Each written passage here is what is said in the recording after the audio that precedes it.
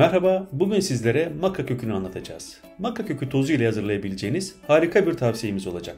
Her zamanki gibi öncelikle anlatacağımız bitkinin genel özellikleriyle başlayacağız. Sonrasında da uygulamalı tarifimize geçeceğiz. Maka kökü nedir? Maka kökü ana vatanı Güney Amerika, özellikle Peru ve oradaki Ant Dağları'dır. 2700 ila 4200 metre yükseklikte aşırı sıcağa ve güneşe, aynı zamanda da çok soğuğa maruz kalmasına rağmen yetişebilen nadir bir turp çeşididir. Evet, bir turptur. Maka, turp güller ailesinden geliyor ve 2000 yıldır kullanılıyor. Aynı zamanda adaptojen bir şifalı bitkidir. Adaptojen nedir derseniz, fiziksel ve zihinsel dış etkilere uyum sağlamaya yardımcı ve vücut üzerinde dengeleyici etki yapan destek diye tanımlanıyor. Maka kökünü nasıl temin edebiliriz?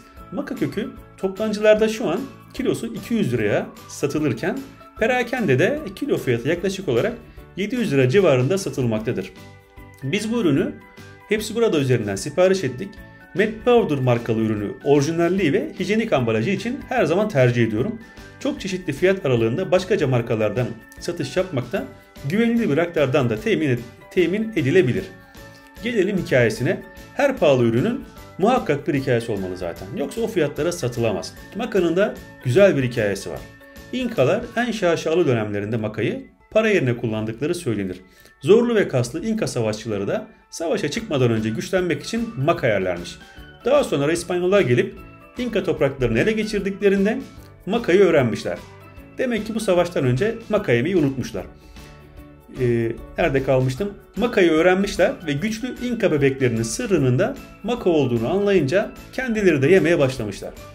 İnkalar makayı Yaradan'ın onlara bir hediyesi olarak kabul etmişler. Peki maka nasıl tüketilir? Maka turbu pişirilerek de tüketilebilen bir gıda şekli, ancak ülkemize sadece toz halinde ithal edildiğinden bizim ülkemizde kullanım şekli o tozun çeşitli karışımlara eklenme şekliyle tüketilmekte. İlerleyen dakikalarda göreceğiniz videolarda da biz bunların çeşitli karışım şekillerini test edip sizlere anlatmaya çalıştık. Makanın düzenli kullanımında faydaları 3 ana kategoride toplanıyor. Ancak şunu söylemem lazım ki bu bitki sanki kadınlar için yaratılmış bir bitki. Neredeyse bütün kadın hastalıklarında, adet düzensizliğinden tutun erken menopoza kadar her türlü kadın hastalığında oldukça faydalı bir ürün. Birincisi, hormon seviyelerini doğal olarak dengeliyor. Menopozdaki sıcak basmaları ya da adet kanamaları sırasındaki ağrılara çok iyi geliyor. Ve kadınlarda, ayrıca kadınlarda stresle, yaşla ve benzer nedenlerle azalmış cinsel isteği de geri getiriyor. Bu nedenle Peru cinsengi olarak da anılan bir bitki. İkincisi, erkeklerde testosteron seviyesini müthiş derecede yükseltiyor. Üçüncü olarak da yaşam enerjisi kaynağı olarak anılan maka, düşük enerji, kronik yorgunluk, halsizlik gibi durumlara da çok iyi geliyor. Bu kıymetli gıda Peru özel sektörü tarafından öyle sahiplenilmiş ve tanıtılmış ki tüm dünyaya ve ülkemize kadar gelmiş. Darısı bizim gariban turpların başına. Umarım onlar da üzerlerine limon sıkılarak yemekten başka bir şekilde değerlenirler.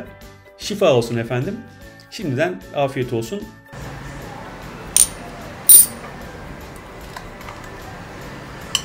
...100 gram kadar bal katıyoruz.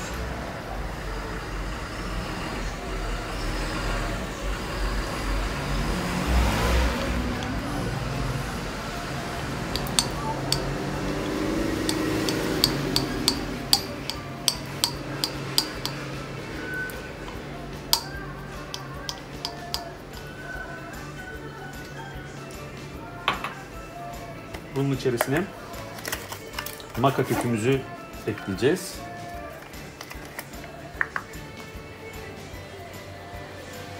Mad Powder'ın maka kökünü tercih ediyoruz. Hijyenik bir paketlemesi olduğu için biraz daha güven veriyor bize diğerlerine göre. Güvenlik bandını açtığımızda tamam. 100 gram balın içerisine yarım tatlı kaşığı maka ekliyoruz. Bu hazırladığım karışım kadınlar için daha çok tercih edilen bir karışım şekli. Adet düzensizliği, doğurganlıkla ilgili problemler için tercih edilen bir şey. O yüzden bunu balla hazırlamayı tercih ediyoruz. Biraz içine arı sütü ekliyoruz. Bir çay kaşığı kadar ekleseniz karışıma yetecektir. Evet, şöyle ki arı sütü çok hassas bir malzeme. Kullanmadığınız kısmı muhakkak buzdolabında saklamanız lazım. Bir miktarda öğütülmüş polen ekliyoruz içine. Kaşığımı kullanmış olduğum için arkasını kullanacağım. Kusura bakmayın. Şu miktar yeterli bir miktardır. Bunu da ekledikten sonra poleni öğütülmüş alırsanız eğer oldukça faydalı, kullanması biraz daha kolay oluyor. Diğer türlü ağzınıza geliyor pötür pötür. Çok da lezzetli bir şey olmuyor. Bu şekilde karıştırdıktan sonra iyicene macun kıvamına getiriyoruz bunu. Şu şekilde hazırladıktan sonra günde bir tatlı kaşığı kadar tüketebilirsiniz. Aç karnına tüketiliyor bu. Yemeklerden önce olmasında fayda var. Yemekten sonra kullanılırsa kilo yapabilir. Şimdi de karışımımızı keçi boynuzu pekmeziyle hazırlayacağız. Keçi boynuzu pekmeziyle olan karışımdaki amaç ne? Burada hem erkeklerde hem de kadınlardaki cinsel problemlerle ilgili bir macun hazırlayacağız şu an. Temelinde yine maka tozu olacak bunun. Asıl bileşeni yine keçi boynuzu ve maka tozu. Şöyle elimizde şu an 50 gram kadar bir keçi boynuzu pekmezi var. Soğuk prestir. Aynı zamanda 40 dereceden fazla buhara tabi tutulmamış, oldukça akışkan bir keçi boynuzu olması lazım. Bunların kıvamlısı olunca katı bir macun oluyor. Tüketilmesi oldukça zor oluyor. Yani biraz teknik olacak ama üzerlerinde yazar 72 1x keçi boynuzu pekmezi kullanırsanız eğer çok daha lezzetli bir karışım oluyor. 50 gram keçi boynuzu pekmezinin içine yine bir tatlı kaşığı kadar maka ekliyoruz. Devamında yine öğütülmüş, bunu evinizdeki mikserlerde öğütebilirsiniz. Polen ekliyoruz. Şöyle az bir miktarda polenimizi ekliyoruz. Böyle bıraktık. Şöyle bir çay kaşığına denk gelecek miktarda çakşır tozu ilave ediyoruz. Yine bir çay kaşığına denk gelecek miktarda havlucan tozu ekliyoruz. Devamında da güzelce karıştırıp macun kıvamına getiriyoruz bunu. Mükemmel bir tarif veriyorum size. Arkamdan birçok kişi hayır duacı olacak. Bundan da hiçbir şüphem yok. Evet. Şifa olsun efendim. Her zamanki gibi hazırlamış olduğumuz karışımla ilgili bir tadımımız da olacak. Bunun tadının kötü olma ihtimali tabii ki çok düşük. Oldukça lezzetli bir bal kullandık biz. Şöyle. Mümkünse bunu sabahları tüketmekte fayda var. Günde bir tatlı kaşığı kadar aç karnına tüketilebilir. Oldukça güzel, lezzetli bir karışım. Mümkünse aynı kaşığı ilk kere kullanmayalım. İçine ıslak bir şey girecek olursa arı sütü çok hızlı olarak bozulan bir ürün. Mümkünse tek seferde işimizi halledelim. Mehmet Şef'ten fırça yemeyelim.